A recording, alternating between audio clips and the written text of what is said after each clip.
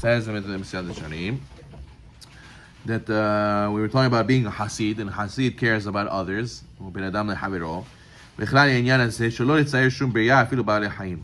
Hassid doesn't want to cause anybody suffering, even to an animal. He doesn't want to, right? Because the Gemara says, there's an opinion in the Gemara, making animals suffer is Doraita. If making animals suffer is Doraita, surely making a human suffer is Doraita.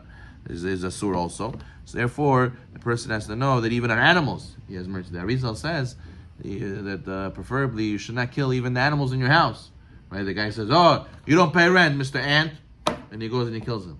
Right? He says that preferably you shouldn't do that. You should pick him up, trap him, and release him outside. Right? Hassid, he's sensitive to everybody, even to animals. He's sensitive. Look what the Gemara says. Rabbi Yehuda Nasi.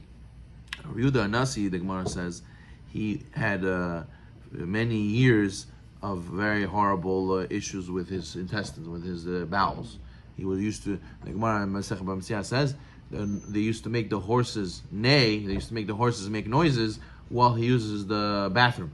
That way people shouldn't hear him screaming from pain. That's how for years he was like that. Why? So the Gemara says that there was a calf that was in the slaughterhouse, ran away. And the calf went inside the jacket of Rabbi Yehuda Nasi. So Rabbi Yehuda Nasi right away gave back the calf to the butcher, and he says, "Go! This is what you were created for." So the calf put his hope in Rabbi Yehuda Nasi. Take care of me, save me. I saw what happened to my siblings. I don't want what happened to me too. And he was a little bit not merciful on him, and he said, "This is what you were created for. Davai." So therefore, because you had no mercy in the animal, the Gemara says, no mercy will be shown to you. So you see that even to the animals, he is expected of Rabbi Yehuda Nasi to be a Hassid and to show a little bit of pain. Maybe he could have sent them back, but he should have said some kinder word to him. Maybe you should have told him, "Listen, I know, even though the animal may not understand 100% what he said, but show him a little bit of love, not just push him back and say, Idi." So sign of mercy, the sign of mercy, even to animals, the Gemara says a Hassid is supposed to have. Now, he says another part of Hasidut is that we were talking about the thought, right? That we said there's three parts to Hasidut. There's the Maaseh, and then there's the Kavanah, and then there's the way of Ofen Asiyah, the way you do the mitzvah. So he says there's two main parts over here. He says that Yirah v'a'ava, fear of God and love of God. Fear of God means Achna'ah milefanav yitbarach, haboshet bekrov el avodato ve'akavod na'aseh mitzvotav, hasimcha, hadvekut ve'akinah. So all these things are a part of a fear of Hashem, which means a person who has fear. Well, you have to know fear means not you're scared that he's going to kill you necessarily. There's also fear of romemut, of you have awe, the greatness of Hashem. Person comes to speak to somebody, he says, "Hey, how are you? What's going on?" You talk to him like very chilly billy, but very chilled out. But if you have awe of somebody, reverence for somebody, "How are you, Kvod Harav? How's everything?" You're scared to say one wrong word. You're scared to say something out of line. So therefore, the Hassid, that's how he does the mitzvah. He thinks, will Hashem accept this? What would Hashem think about this? Some people can think about mitzvah like this. Chai, at least I do the mitzvah. Hashem will say, thank you that at least I came. Or, it's better like this than nothing. Or Hassid says, no, before I show up, some people, they say, well, what are people going to say? They're scared. What are people going to say? They said, oh, I can't put a stole like this. I can't put a table like this. What are people going to say? Right? So the Hassid, he doesn't say, what are people going to say? He says, what is Hashem going to say? That's what he says. He says, my mitzvah, what is Hashem going to say? Is this mushlam? Is this a complete mitzvah? It could have done better here, could have done better there. Will I offend Hashem if I show him the mitzvah like this? What will he think? Right? The jeweler, he goes to his wife, he gives her some baloney ring, right? He gives her like a very low-end ring. She says to him, you're not embarrassed? You're a jeweler, you can get the nicest things, you get the best prices, this is what you give me? You understand? So the guy, what is the husband going to say? Spasiba, say thank you, I gave you a ring. At least I gave you a ring. She's going to say, no, that still upsets me. You could have done way better.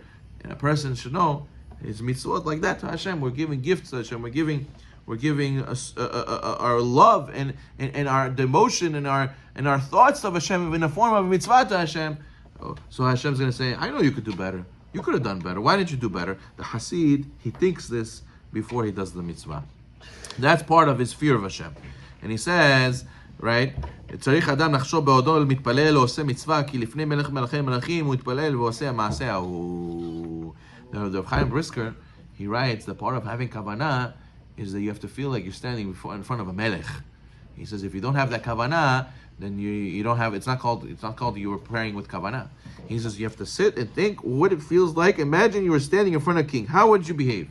He says that you have to have that feeling all the time when you're praying. It's a very difficult halakha to keep according to him, but he says it's critical, and that's what the Hassid is supposed to do as well. He says, so how do I get this fear of heaven that the Hassid has? He says you have to look at three things. You have to know that you're standing in front of HaKadosh Baruch Hu, and even though you don't see him, he sees you. And what? And therefore he says, and a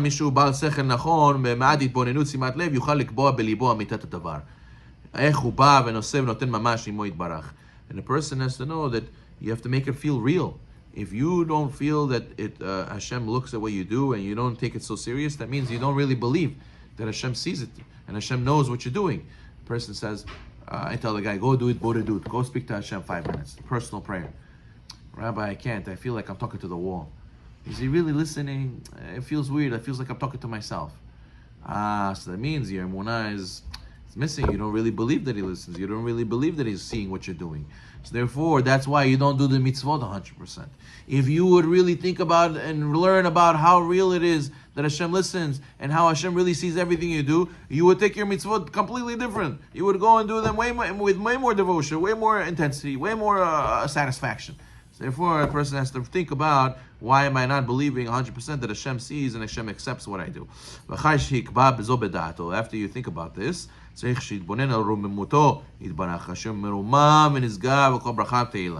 next thing you gotta do, okay, Rabbi, I believe that Hashem sees and Hashem judges and Hashem knows, but now you have to learn about the greatness of Hashem, right? A person goes and he sees Niagara Falls. He goes and he sees the 7 wonders of the world. And he goes to and he sees the crazy creations of the world, and he says, Marabu Ma'asech Hashem. Wow, how great is Hashem? If Hashem created this, he goes and he sits with a scientist who explains to him the complexity of the universe and the space and how time works and how the earth is exactly in the position. It would be too far away from the sun, it would freeze. It would be too close to a little bit closer to the sun, it'll burn up. It's exactly where it needs to be, and it's a miracle. And you realize, wow, how great is the world? And then you realize that must mean how great is our Creator. And you realize how great is Hashem, and you feel like a little tiny speck of dust comparison to who Hashem is. And this little speck of dust is supposed to come and give service to HaKadosh Baruch Hu, Melech Menachem Rachim. Who are we? Where are we? How I have to think 1,000 times before I go and give a mitzvah to him. So therefore, the Hassid, this is what he has to think as well before he does the mitzvah. And he says, V'od tzarich שיתבונן על שפיפלות האדם ופחיתותו לפי חומריותו וגסותו וכל שכן לפי חטאים שחטא מאודו. And then the last step he thinks is he remembers if that's the greatness of Hashem and he sees everything I do, and on top of that how low and how far I am from him with the sins that I did and my very animalistic desires and with all my nonsense of being a human. He says all these things are supposed to make me think much, much more before I do a mitzvah. And he says, the person says, look, like Al Mivilna used to say, which ga'ava should I have? I should have ga'ava. Look, he goes to the bathroom. He says, look, I go to the bathroom like an animal.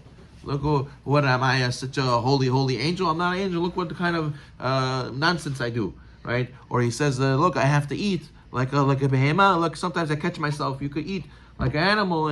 What's wrong with me? I have to calm down. I overeat. I don't follow my diet. Look how low and far away from holiness I am. And then on top of that, the person says, think all the sins I did, all the sins that I did before in my life. I deserve and I have the zechut to come and serve HaKadosh Baruch Hu.